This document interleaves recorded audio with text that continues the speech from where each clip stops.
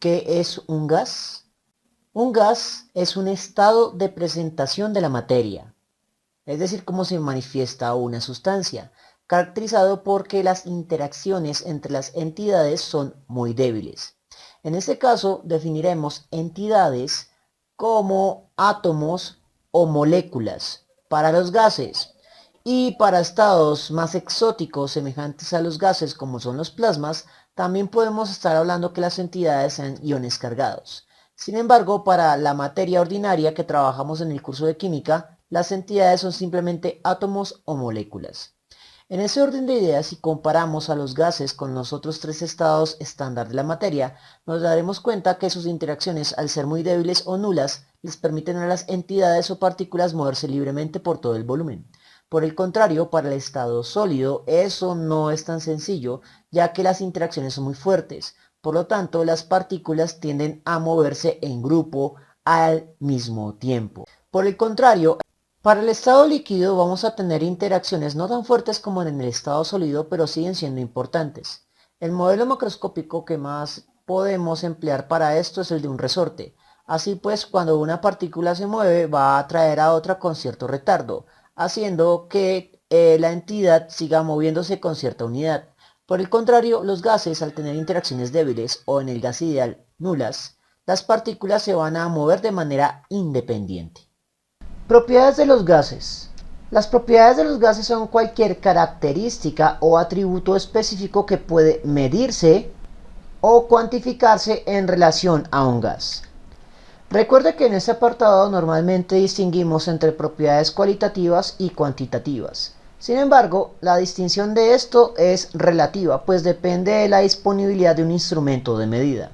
Cuando no tenemos un instrumento de medida, la propiedad va a ser cualitativa, es decir, solo podemos comparar una propiedad en comparación con otra propiedad diferente, así como podemos comparar azul contra rojo. Pero cuando tenemos un instrumento de medida para medir los colores como un espectrofotómetro, podemos convertir ese azul y ese rojo a un número como por ejemplo nanómetros y comparar cuantitativamente. Mientras que la distinción entre intensivas versus extensivas dependerá de la cantidad de sustancia, símbolo N minúscula cursiva, y en consecuencia de la masa. La primera propiedad que vamos a discutir es la compresibilidad y su homóloga opuesta, expansibilidad. Definiremos entonces compresibilidad y expansibilidad como la facilidad de las partículas para ocupar un volumen variable. Compresibilidad cuando el volumen es pequeño, expansibilidad cuando el volumen se agranda. Esto debido a que las partículas del gas son pequeñas y mayoritariamente vibran en el vacío. Por lo tanto, si el vacío disminuye o aumenta en comparación con las partículas tan pequeñas, eso no las afecta demasiado. Por lo tanto, si tenemos un émbolo en un recipiente y el émbolo es móvil, si aplicamos una fuerza que incide sobre el sistema, el volumen del sistema va a reducirse. Pero a diferencia de lo que ocurre en esta ilustración, las partículas en un sistema real son muy pequeñas, así que lo que se ha reducido mayoritariamente es espacio vacío.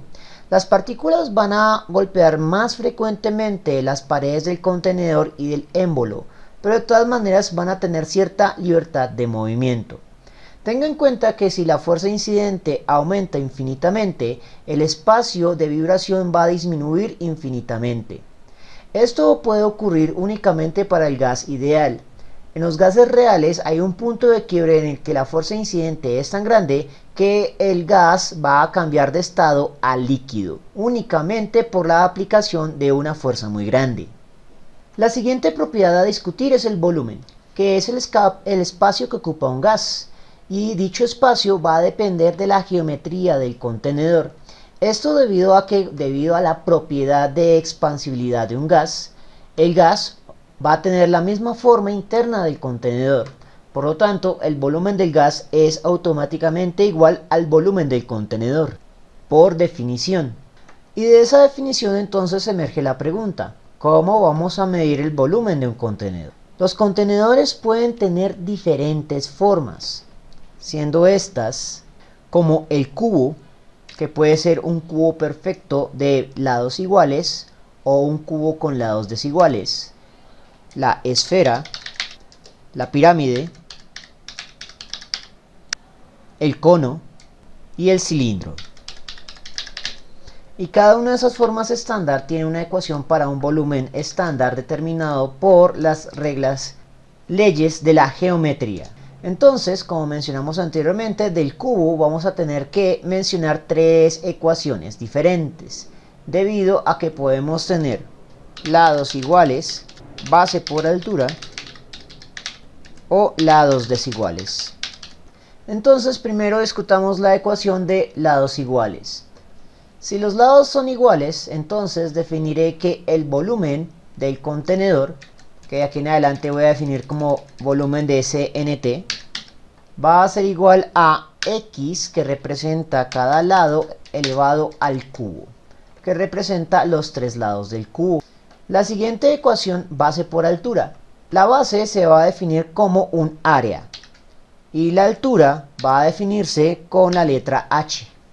Finalmente, el cubo de lados completamente desiguales, donde voy a definir que hay un lado número 1, que es diferente del lado número 2, que es diferente del lado número 3. La ecuación para la esfera va a ser igual a 4/3 multiplicados por una constante de proporcionalidad que denominamos en geometría como pi, cuyo valor es aproximadamente 3.14, multiplicado por el radio de la esfera elevado al cubo. La pirámide, 1/3 del área de la pirámide por su altura. El cono, 1/3 de pi r al cuadrado por altura. Y finalmente el cilindro será pi r al cuadrado por altura. Cuando el volumen no es estándar, deberemos calcular el volumen por medio de otras propiedades de gas empleando las leyes de los gases, pero eso lo veremos posteriormente. La siguiente propiedad que vamos a discutir es la presión. Entonces, recordemos nuestro esquema para el cilindro con un émbolo que está ejerciendo presión sobre un gas. En este caso, tenemos nuevamente una fuerza incidente. Esa fuerza incidente puede tener varias naturalezas. Puede estar determinada únicamente por la fuerza ejercida por la columna de gas, es decir, por la presión de la atmósfera, pero también puede estar provocada por otros fenómenos, como que alguien esté empujando el émbolo con su fuerza muscular o por medio de la adición de masas. En cualquier caso, va a llegar un punto en que el gas se presiona tanto que empieza a ejercer una fuerza propia y en oposición. Pero esa fuerza propia y en oposición no solo va a apuntar en contra de la fuerza incidente, sino que también va a efectuarse o a ejercerse contra toda la superficie, contra toda el área del contenedor. A esa fuerza en oposición a la fuerza incidente la vamos a llamar como la fuerza presión o fuerza del gas. Si la fuerza incidente es igual a la fuerza presión, entonces el émbolo no va a moverse y el sistema va a entrar en un equilibrio estático. Así que la presión en este sistema la vamos a definir linealmente por medio de una ecuación de recta estándar, en la cual la fuerza presión va a ser igual a una constante de proporcionalidad por el área. Y esa constante de proporcionalidad va a ser la presión. Por lo tanto, la fuerza-presión de un gas es igual al producto que ocurre entre la presión del gas y el área del gas. Así que si pasamos el área a dividir, podemos definir macroscópicamente qué es la presión. La presión es el ratio que ocurre entre la fuerza-presión que ejerce el gas en contra del área del contenedor sobre el área que contiene. Aunque existe otra definición de presión que se basa en una interpretación atómica o molecular de la materia, en la cual la presión va a ser igual a la suma de las fuerzas que ejercen cada una de las partículas al impactar en el área de superficie del contenedor. Esta definición que otorgo acá es más intuitiva por el hecho de que define la ecuación que necesitamos en este tipo de situaciones.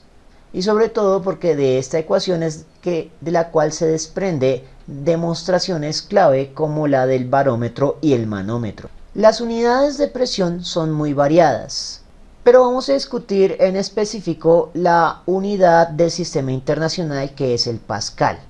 El pascal va a derivarse de las otras unidades fundamentales, y esas unidades fundamentales van a depender de la unidad de la fuerza. Recordemos que la fuerza se define por medio de la segunda ley de Newton. Fuerza es igual a masa por aceleración. Si hacemos un reemplazo por unidades, vamos a tener lo siguiente. La unidad de la masa es el kilogramo y va a estar multiplicado por la unidad de la aceleración, que es metro sobre segundo al cuadrado.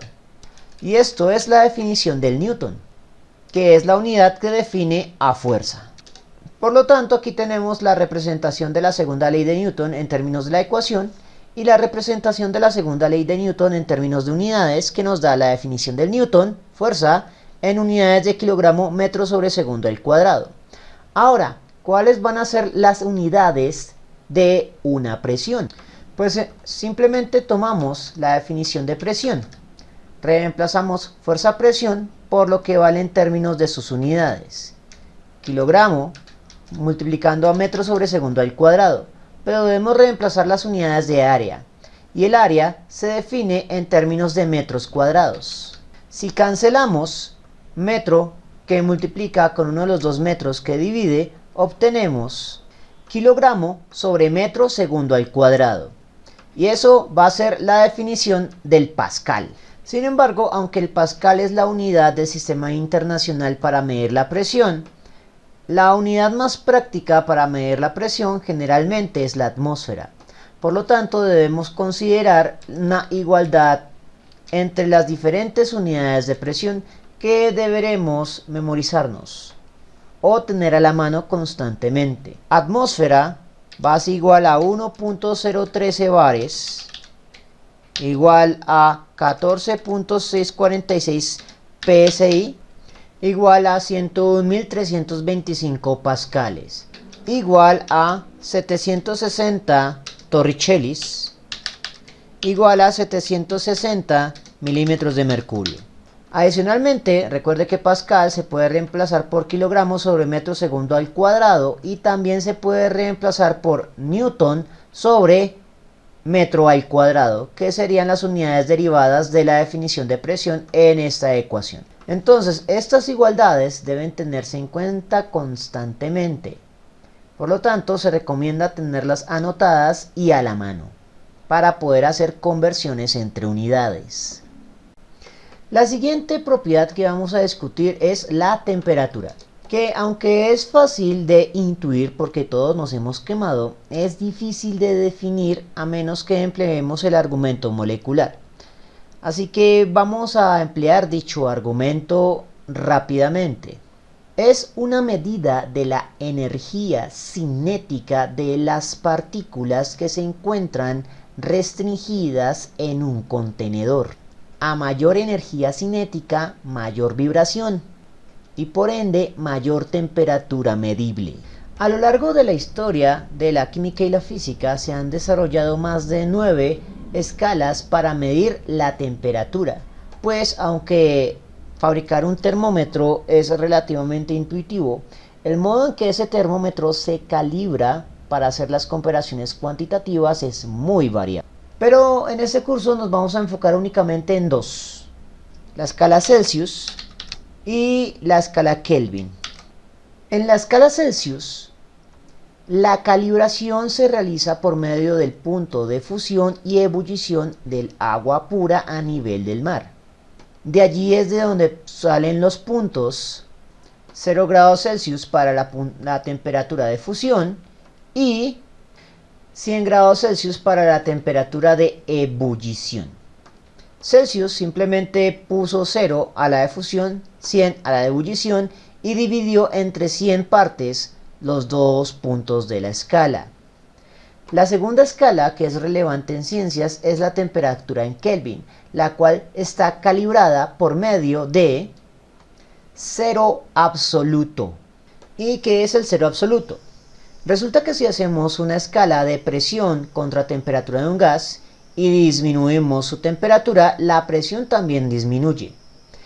No podemos disminuir la temperatura real de un gas infinitamente porque llega un punto en que hay un punto de quiebre y pasa del estado gaseoso al estado líquido, que es precisamente el punto de ebullición.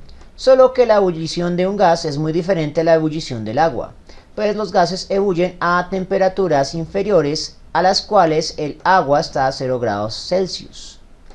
Sin embargo, si a partir de ese punto de ebullición de los gases continuamos rectas imaginarias, nos daremos cuenta de que todas las rectas convergen en un mismo punto. Ese mismo punto imaginario común a todos los gases es conocido como el cero absoluto, que es teóricamente el punto en el que todo movimiento molecular se detiene.